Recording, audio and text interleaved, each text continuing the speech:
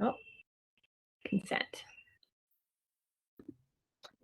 Hi there, this is Antoinette with Improvability, and I'm here with Karina Nagin. She's the Executive Director of Bridging Voice. And every quarter, Improvability does what we call ImproveGiving, where we give an employee an opportunity to support a nonprofit that they're passionate about. And this quarter was my choice. And I am choosing Bridging Voice to get our ImproveGiving donation, which this quarter is just a teeny bit over $1,500. And so I wanted to bring Karina on here just to tell us a little bit about Bridging Voice so that everyone else can know about the great work that they're doing. When I'm looking for nonprofits to support, my passion is really meeting people on the ground where they are. Nothing against organizations that do research. I do donate to organizations that do research as well, but my passion has always been for helping the person in the moment on the ground where they need it. And that is what Bridging Voice is doing. So if you want to just kind of give us a little recap of what Bridging Voice is, that'd be awesome. And thank you so much for having me. Our team just thanks the world of you and your organization. So this is such a wonderful opportunity for us to be here.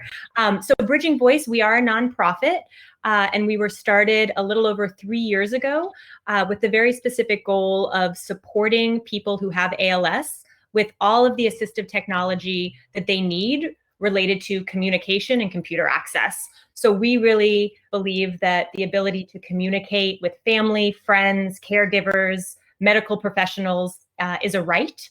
And we're here as an organization to provide the holistic support to make sure ALS patients can always do that. And so do you exclusively work with people with ALS?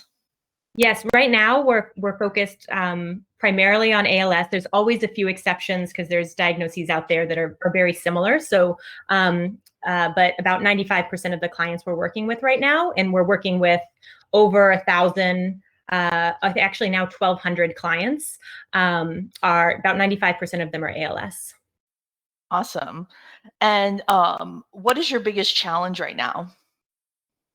So I think that it's really around education is sort of the biggest challenge on a couple fronts. One, with clients, with ALS patients and their caregivers, the education of knowing that assistive technology can be of assistance and getting them educated early enough so that they can become familiar with it and really utilize it at the right time. So there's the challenge of making sure that families know these options early on, and the sooner the better. So we work a lot with our clients on the education front. So, as soon as you're diagnosed, becoming familiar with what these options are.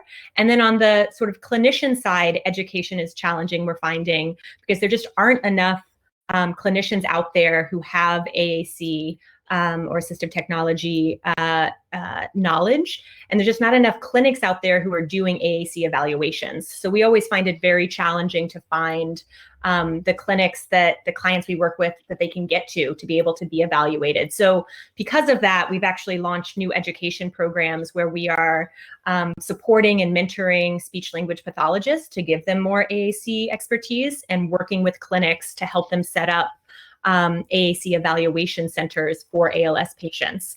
So it's really, I think that gap in knowledge around this specialty is the biggest challenge.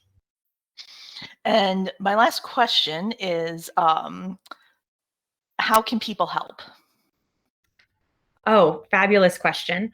So, obviously we are a nonprofit and we provide all of, something that I think is really important to us is providing our services free of cost to any ALS patient that needs us, regardless of their insurance status. So we work a lot with clients who don't have insurance or who are, falling through the cracks. We support a lot of ALS patients who are on hospice or in care facilities.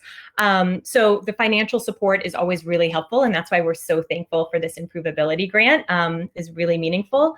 Also, the volunteer aspect. So this is the first time I'm talking about it, but we are creating a volunteer program to help utilize people who have a passion for this space. And we work with a lot of caregivers who we find want to give back, who have knowledge around AAC, and being able to help them plug in and share that knowledge with others.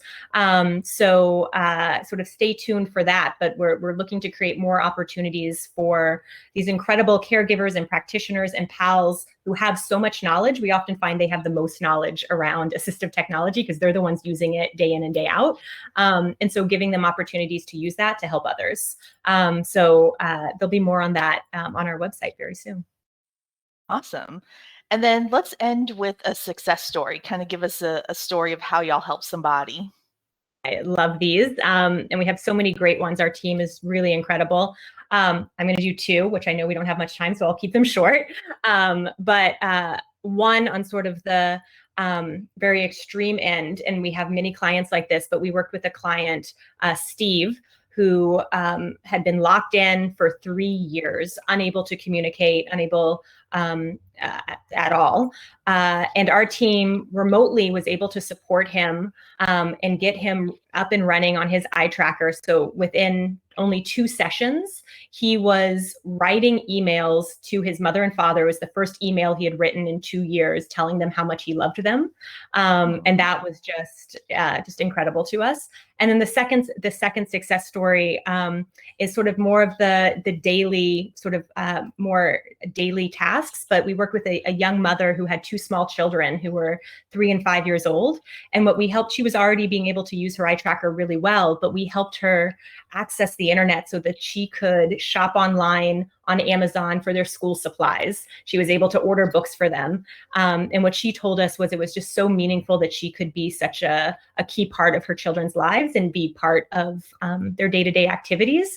And as a mother of a young toddler, that one really resonated with me, that it's not just about communication, but being part of your family's life. And so those are just 2 of them, but there's hundreds. That's awesome. So how can people get in touch with you if they're needing help or want to support you? Absolutely. So websites are always a great way, www.bridgingvoice.org. You can check out our website. You can always send us an email at info@bridgingvoice.org, and we'll get back to you right away. So if you are a PALS or a caregiver and you're interested in our support, let us know. If you're interested in partnering, let us know. We always love hearing from you. All right. Well, thank you so much. I'm so excited to be able to support the great work that y'all are doing. And thanks for giving us a little snapshot of what y'all do. Absolutely. And thank you for all the wonderful work you guys do as well. Thank you.